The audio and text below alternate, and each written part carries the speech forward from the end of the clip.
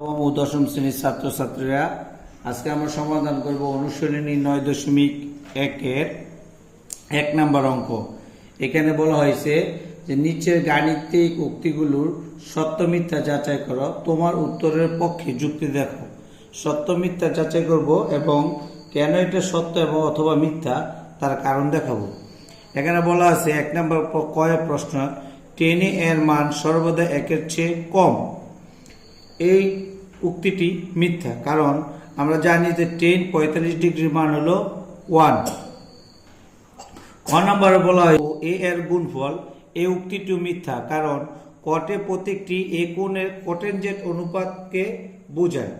এ বাদে কট আলাদা কোনো অর্থ বহন করে না, কারণ আমরা যদি লিখি যে এখানে কট কোনো উচ্চারণ করা যায় না, কটের সাথে অবশ্যই একটি প্রতীক দিতে হয়। যেমন আমরা যদি থিটা দিই তাহলে এটাকে বলা হয় কট থিটা। আমরা যদি লিখি কট বি, তাহলে কট আলাদা কখনো উচ্চারণ করতে পারে না, এর সাথে একটি প্রতীক ব্যবহার করতে হয়। এরপর গ নাম্বার বলা হয়েছে এ এর কোনো মানের জন্য সেকে 12/5 মানে 5/12 কথাটি সত্য, কারণ আমরা জানি সেকের মান সর্বদা 1-এর চেয়ে বড়। সুতরাং এটাকে যদি আমরা ক্যালকুলেটরের সাহায্যে সমাধান করি তাহলে আমরা দেখতে পাচ্ছি যে এটা হয় 63.375 ডিগ্রি।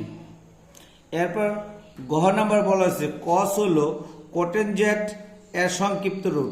আমরা জানি কথাটি মিথ্যা, কারণ কোটেনজেন্টের সংক্ষিপ্ত রূপ হলো কট, কিন্তু এখানে বলা হয়েছে কস। কস হলো কোসাইন এর সংক্ষিপ্ত রূপ, কস হলো কোসাইন এর সংক্ষিপ্ত